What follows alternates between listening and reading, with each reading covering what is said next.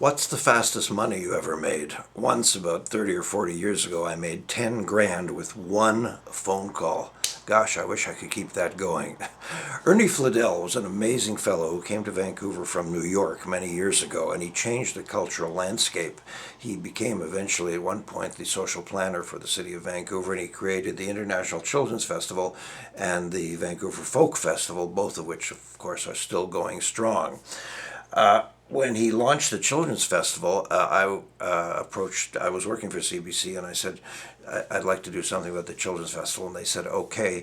And so I decided to do what's called in the film business a process piece, meaning no narration, just film and whatever the sound is in the film.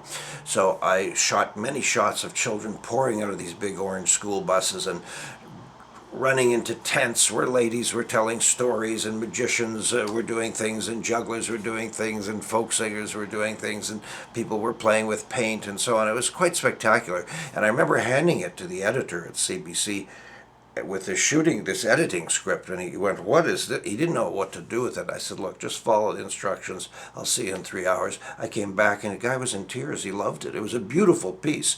And Ernie, who had commissioned this piece in a way, loved it so much he used it as their official selling tool for years. It was a 20-minute sort of ad. A few years later, I approached Ernie, who was then, I think, running the social planning department. I said, "Look, you got anything to do? I'm looking for a little project, make a couple of bucks." And he said, "Well, as a matter of fact, I do. We urgently need to get some music out on the streets, and I'll pay you 10 grand if you can come up with something." So it happened that I had a good friend, Jack, who was not only one of the major insurance guys in the country, but he was also head of the local musicians union. He was a trumpet player. And I phoned him and I said, "Hey, Jack, I want to put on some free concerts, downtown." And he said, "David, what an amazing phone call, because we have this fund in the union and we never use it, and it's for exactly stuff like this.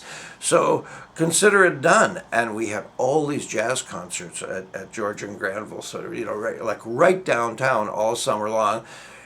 Ernie paid me the 10 grand. He wasn't interested in how long it took. Pickle. Getting the job done is the important thing. The amount of time consumed, not so much.